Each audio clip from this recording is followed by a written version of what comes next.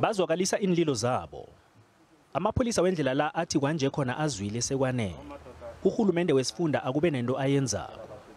Asola nomnyango wesifunda wezokuphepha komphakathi ngokubhalelwa kulalela iinlilo zawo. Ekubalwa hlangana nazo zevikele kulomphakathi ngokubhalelwa kusombulela emiraro abanayo.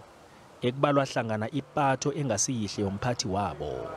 Bese sicelile office ka-HOD ukuthi isondele ngoba yiyo engathatha isinqumo lesiproposal kama-member ukuthi sizodiscussa le proposal yabasebenzi ukuthi kuresolveke le nkinga ekhona.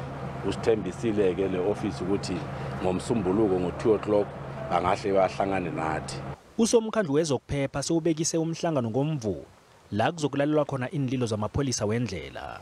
Emva komsombuluko ngibheke ukuthi yonke into izohamba ngendlela efanele. Uma ngabe kukhona onesandla ukuthi kungahambi kahle, loyo ke HOD administratively uyokhulumisana naye bayilungise accordingly.